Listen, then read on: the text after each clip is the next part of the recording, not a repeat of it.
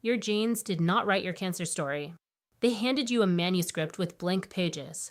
What fills those pages, what determines whether dormant mutations stay silent or become tumors, is not fate. It is not family history. It is the living microbial ecosystem inside your gut right now, and specifically whether one particular bacterial strain is present in sufficient abundance to direct your immune system toward cancer cell destruction before a single tumor ever forms. Most people understand cancer as something that arrives, a diagnosis, a discovery, a moment when the body has already been losing a war that was fought in silence for years. What the research now tells us is profoundly different. Your body is destroying cancer cells today, right now as you read these words.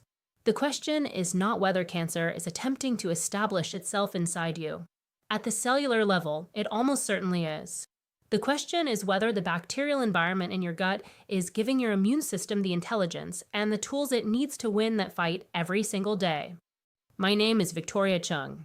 I spent 2 decades in emergency medicine and cancer prevention research, and I want to be direct with you about why I made this video. The science connecting gut bacteria to cancer outcomes is not preliminary. It is not fringe. It is being published in the most respected oncology journals in the world, presented at major cancer centers, and quietly reshaping how the best researchers think about both prevention and treatment. And almost none of it is reaching the people who need it most.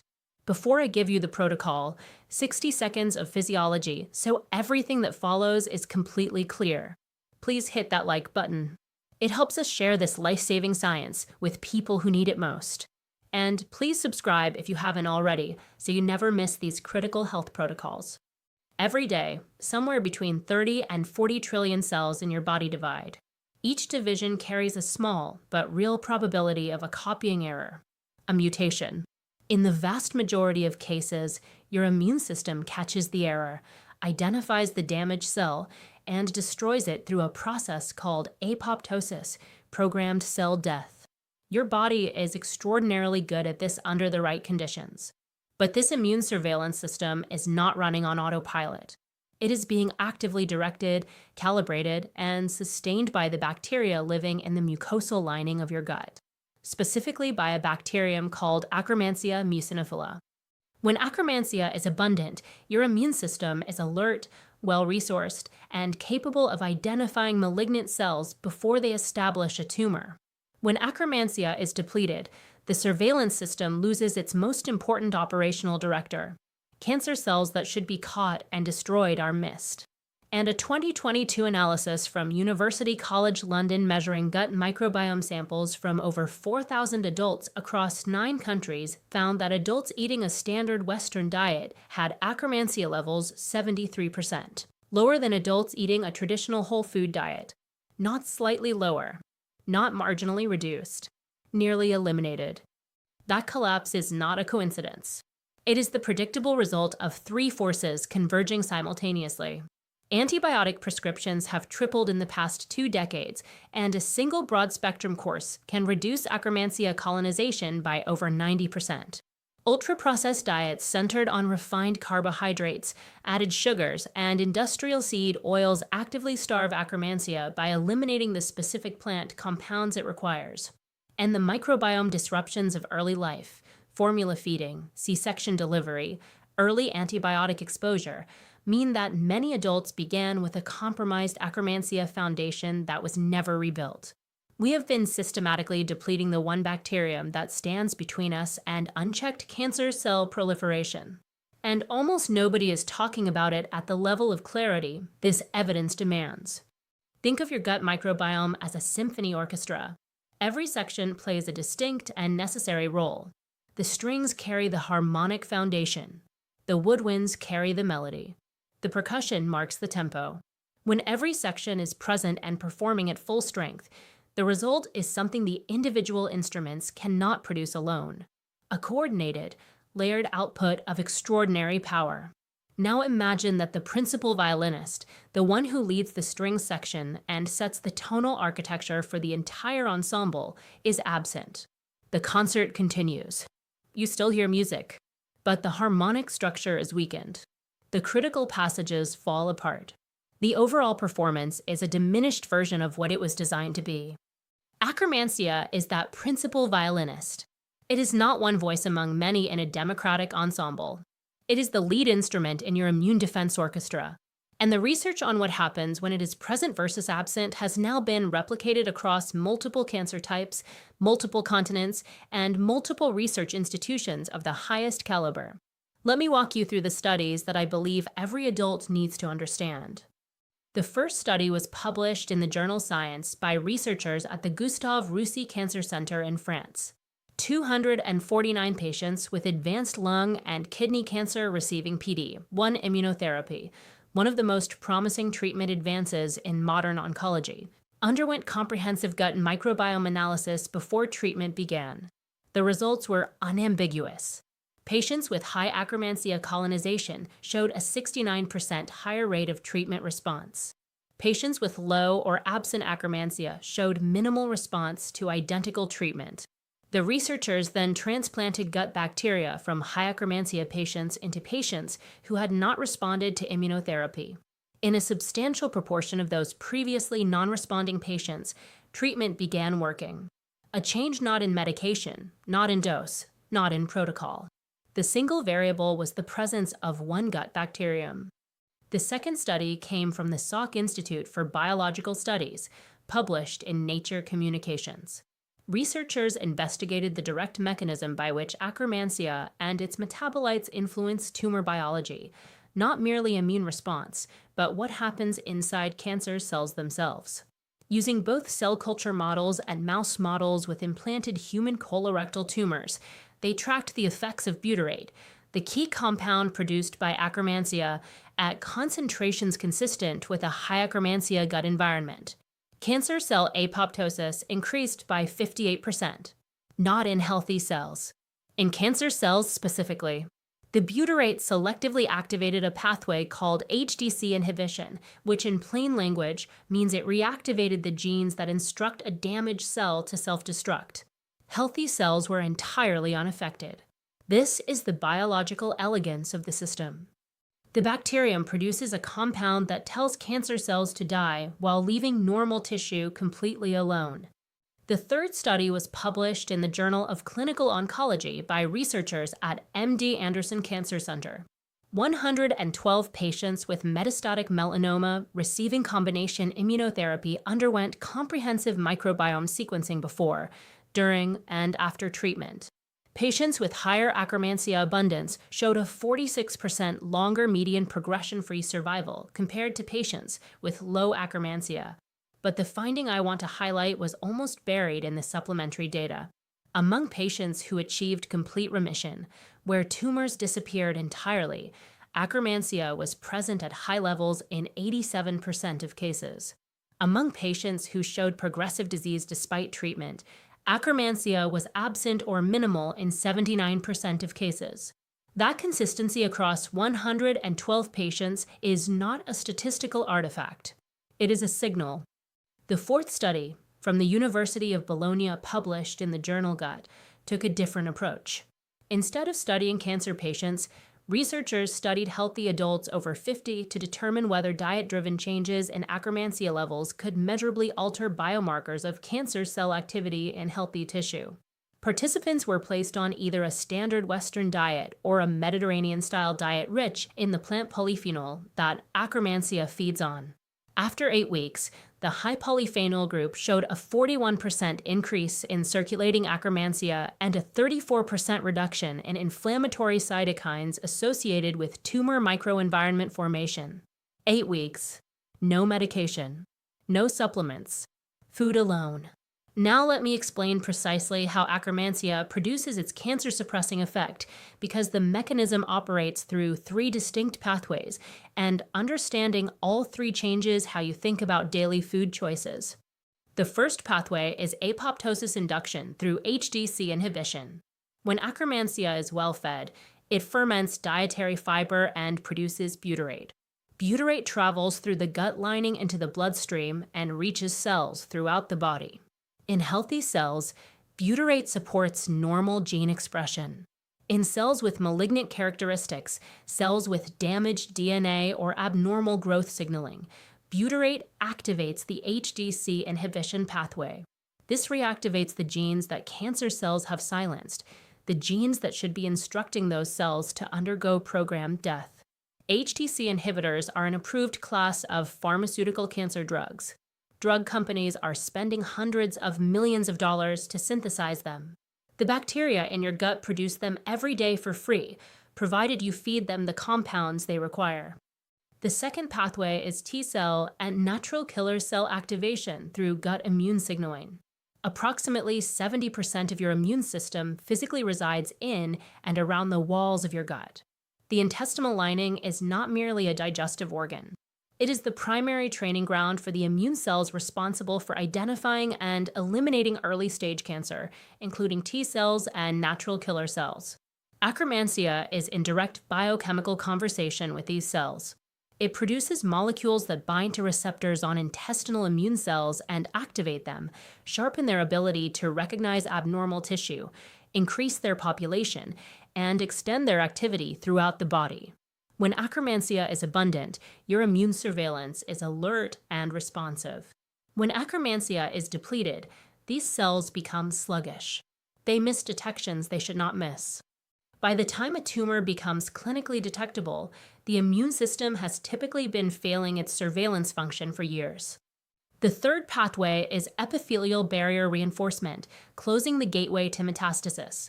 This mechanism is the most underappreciated of the three, and in my view, it may ultimately prove the most consequential. Cancer does not merely need to form. To become life-threatening, it needs to spread. And spreading requires cancer cells to breach the gut lining and enter systemic circulation. When the tight junction proteins that seal the spaces between intestinal cells begin to break down, a condition called intestinal permeability develops. Fragments of bacteria, inflammatory compounds, and in some cases cancer precursor cells migrate through that compromised barrier into the bloodstream and lymphatic system. Akkermansia directly protects the integrity of those tight junction proteins. It produces a surface protein called a MUC1100 that binds to gut lining receptors and reinforces the seal. Research from the University of Leuven in Belgium showed that adequate Akkermansia colonization was associated with a 52% improvement in gut barrier integrity markers compared to Akkermansia-depleted subjects. A strong gut lining is not a digestive comfort. It is a physical barrier against cancer dissemination. Now here is the protocol. Specific foods, precise amounts, and preparation methods that preserve the active compounds based directly on the clinical research. Pomegranate, 1 cup of seeds and arils or 8 ounces of pure pomegranate juice daily. Pomegranate contains compounds called elagitannins. Your gut bacteria convert elagitannins into a metabolite called urolithin A, which directly feeds and multiplies Akkermansia. A clinical study from the Institute of Food Research found that regular pomegranate consumption increased Akkermansia colonization by up to 37% within 3 weeks. Form matters. Eat the whole fruit with seeds or drink cold-pressed juice with no added sugar. Pasteurized pomegranate drinks from concentrate have significantly reduced elagitannin content. Drink it in the morning. Elagitannins are absorbed most efficiently on an empty or semi-empty stomach before the digestive burden of a full meal reduces their bioavailability. Oats, 1 cup cooked rolled oats or steel-cut oats 5 days per week. Oats contain a specific soluble fiber called beta-glucan that Akkermansia has a documented affinity for. Beta-glucan is one of the few dietary compounds shown in stool sample studies to directly stimulate Akkermansia proliferation, not merely maintain it, but actively increase it. Cook them on the stovetop with water. Avoid instant oats. The processing significantly reduces beta-glucan density. Do not add dairy milk. The casein proteins interfere with polyphenol bioavailability. Use water, oat milk, or almond milk. Add ground flaxseed and berries on top for compounding prebiotic effect. Walnuts, 30 grams, approximately 1 small handful daily. Walnuts are among the richest whole food sources of elagitannins, the same precursor compounds found in pomegranate. They also provide omega, 3-alpha-linolenic acid, which supports the gut lining integrity that Akkermansia inhabits. A controlled trial from the University of Illinois tracked gut microbiome changes in healthy adults who consumed 43 grams of walnuts daily for 8 weeks. The walnut group showed significant increases in both Akkermansia and Roseburia, both butyrate-producing strains, compared to the control group. Eat them raw, not roasted in industrial seed oils. The fat content slows transit and keeps the elagitanin compounds in contact with gut bacteria longer. Cranberries, 1/2 cup fresh or frozen unsweetened, or 2 tablespoons unsweetened dried cranberries, 4 to 5 times per week. Cranberries are one of the few foods with documented direct prebiotic activity, specifically targeting Akkermansia. The active compounds are type A proanthocyanidins, a class of polyphenol found in very few foods outside of cranberries. Do not use sweetened dried cranberries. The added sugar actively feeds harmful bacterial strains that compete with Akkermansia for mucosal niche territory. Add to oatmeal, blend into smoothies, or eat alongside walnuts as a daily snack. Dried chili peppers or cayenne, 1/4 to 1/2 teaspoon in cooking daily or near daily. Dried chili peppers contain capsaicin, which acts as a selective prebiotic for Akkermansia. Research from the Institut Pasteur in France showed that capsaicin stimulated Akkermansia growth in the mucosal layer while simultaneously inhibiting the growth of inflammatory bacterial strains that compete for the same environment. You do not need large amounts. Consistency matters more than dose. A 1/4 teaspoon in soups, stews, scrambled eggs, or roasted vegetables is sufficient to produce a measurable effect over time. Cooked leeks or onions, 1/2 cup cooked, 4 times per week. Leeks and onions are among the best dietary sources of inulin, a long-chain prebiotic fiber fermented in the lower gut by Akkermansia and other beneficial strains. Inulin produces butyrate as a fermentation byproduct, creating a self-reinforcing cycle. Inulin feeds Akkermansia. Akkermansia produces butyrate. Butyrate signals immune cells. Immune cells target cancer. Cooking leeks and onions actually improves inulin bioavailability compared to raw. Sauté them in olive oil, add them to soups, or roast them as a side. Garlic provides the same class of compound and can substitute freely. Green tea, 2 to 3 cups daily brewed from loose leaf or whole leaf bags. Green tea's cancer protective properties are extensively documented, but the mechanism most relevant here is its EGCG content, a catechin that serves a dual role. It directly triggers apoptosis in early-stage cancer cells through MPK pathway activation and simultaneously supports the gut mucosal environment that Akkermansia inhabits. 2 to 3 cups daily provides approximately 200 to 300 milligrams of EGCG, the range used in the most well-powered intervention studies. Brew at around 160 to 175 degrees Fahrenheit. Boiling water degrades catechins by up to 30%. Steep for 3 minutes. Critical point: do not add dairy milk. Casein proteins bind directly to catechins and reduce their bioavailability by up to 80%. Use lemon instead. Vitamin C actively enhances catechin absorption and extends their activity in circulation. Now 4 clinical insights that amplify everything above. The first insight is the elagitanin stacking effect. Pomegranate and walnuts both provide elagitanins. Eaten together or within the same meal, they produce a compounding effect on Akkermansia colonization that is greater than either food alone. Researchers at the University of California, Davis showed that combining 2 elagitanin sources increased urolithin A conversion by 45% compared to equivalent doses of each food given separately. This occurs because different elagitanin structures interact with different bacterial conversion pathways in sequence, amplifying the total output. Make it a daily habit. Crushed walnuts on morning pomegranate, or cranberries and walnuts together as an afternoon snack. The second insight is the overnight fasting window. Akkermansia is most active during fasting intervals.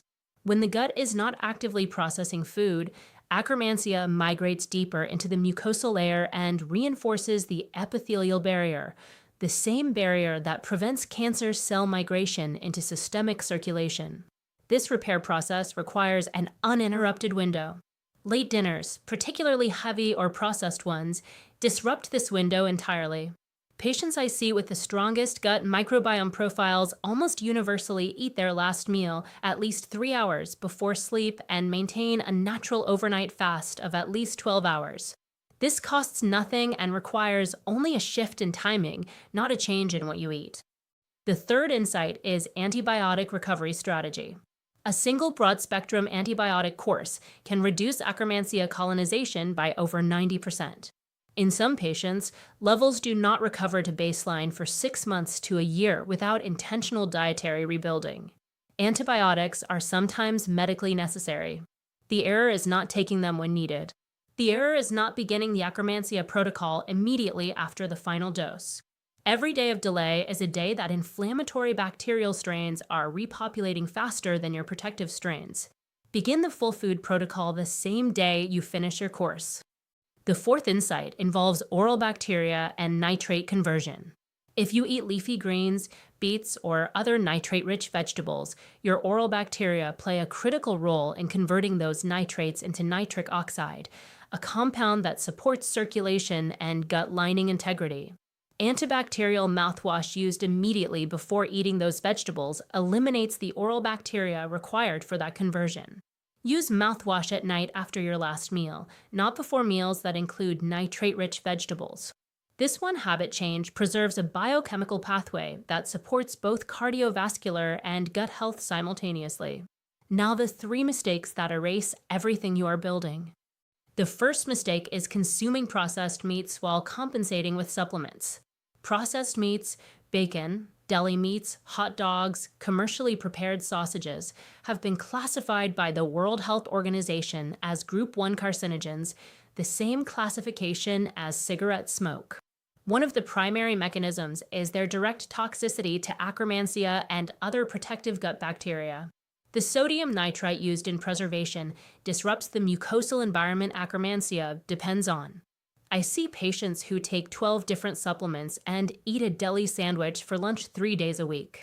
The supplements cannot counteract that damage.